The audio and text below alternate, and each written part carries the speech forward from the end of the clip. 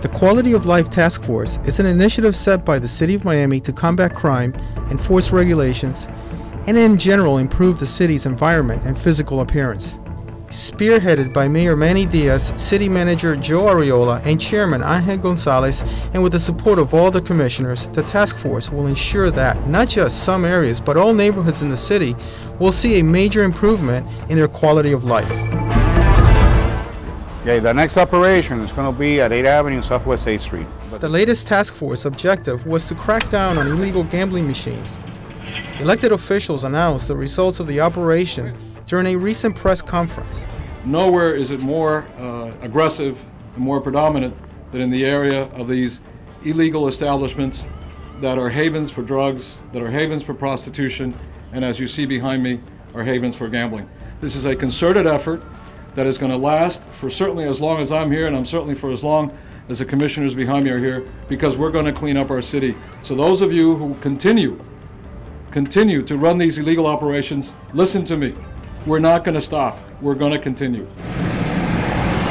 The operation took 2 days to accomplish in areas where illegal gambling was as normal as buying a soda, renting a movie, or doing your laundry.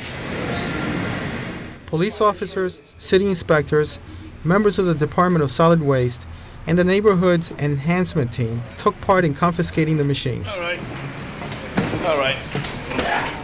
The first stop was at the Restaurante Hondureño on 8th Avenue between 3rd and 4th Street Northwest. We are confiscating gambling machines that they have in the establishment.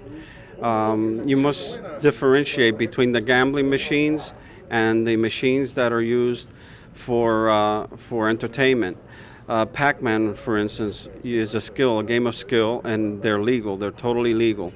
You can put your money in and you play, but the gambling machines that are games of chance, where you put your money in and you cannot control the outcome of the game, those are illegal, and we're confiscating them. The same situation was found just a few blocks away at the Black and White Cafeteria, the Quick Stop food stores, and the Washington City Coin Laundromat, all located on Northwest 8th Avenue. But while the police was taking away these machines, this was the situation in another part of town. This is Quick Store is owned by the same owner as the Quick Store in 8th and 3. We went and did the operation over there a few minutes ago. As we were doing the operation, they called this store. So within 10 minutes, they immediately eliminated the 4 machines that were here, hit 3 in the back, and moved the other one to that side over there. Oh, Lord. The task force also found other irregularities. Well, as I came in to inspect on the business, I didn't find no occupational license or certificate of use for the city of Miami. What are the consequences of not having a license? Well, the consequences are they can get up to a $500 fine per day for not having an occupational license or a license period for the city of Miami. And therefore they can get fined, they can shut their business down for operating a business without a license, the proper license, because they're not in compliance with the city of Miami. One of the worst aspects of illegal gambling is when vulnerable members of our society fall into this vice. At the Video Para Ti store, the elderly would come in and spend the little resources they may have. There's a lot of customers that will literally walk in on a Friday night with a $300 check and walk out without a penny in their pocket, and they'll play it all on the machines. If you notice, some of these machines will even accept a $20 bill. There's 2 areas where this is very, you can see it tangibly. One is in the area of domestic abuse, where the person spends their entire paycheck and then goes home, and the wife wants to know where the grocery money is and where the rent money is, and there is none. And they have a second choice, either go home and admit that you don't have any money, or assault somebody on the way home, strong-arm robbery, somebody in a car. That's how this begins to affect the city on a multiplication basis. We want business in the city of Miami, but we want business to operate within the law.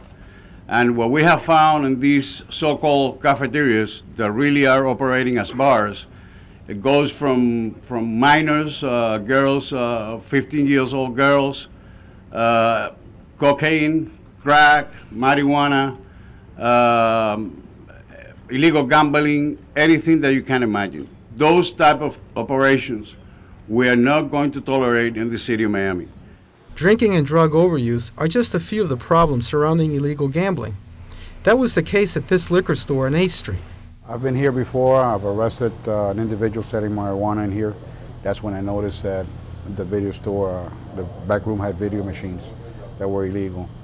However, most of these machines do have City of Miami licenses displayed on their monitors.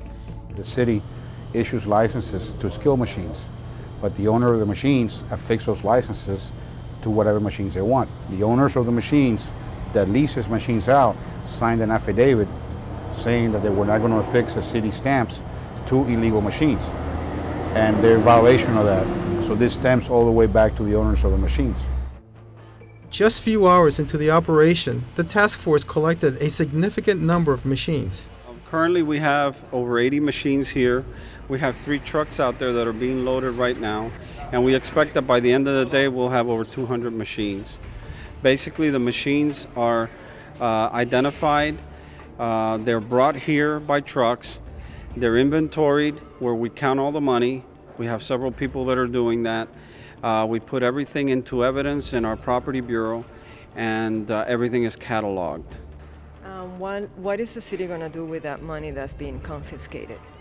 One of the things that's being contemplated is that the money be used to finance other operations such as this.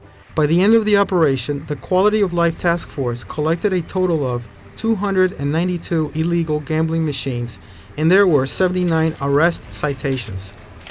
The person in possession of the machines shall be guilty of a misdemeanor punishable with up to 60 days in prison. You're not going physically. You're not going physically with us. You're promising to appear before the court. The City of Miami has the commitment from the State Attorney's Office to make sure that individuals who receive citations and are guilty of a crime will be brought to justice. We met with the City of Miami officials, the mayor, the city manager, various commissioners, the City of Miami Police Department, its chief, its captains, majors, and key folks from my office, and they outlined piece by piece what their mission was, how they wanted to accomplish that in accordance with the law, and they designed a Get Tough program on these illegal operations. Once again, thanks to the Quality of Life Task Initiative, illegal gambling machines in the City of Miami will soon be a thing of the past.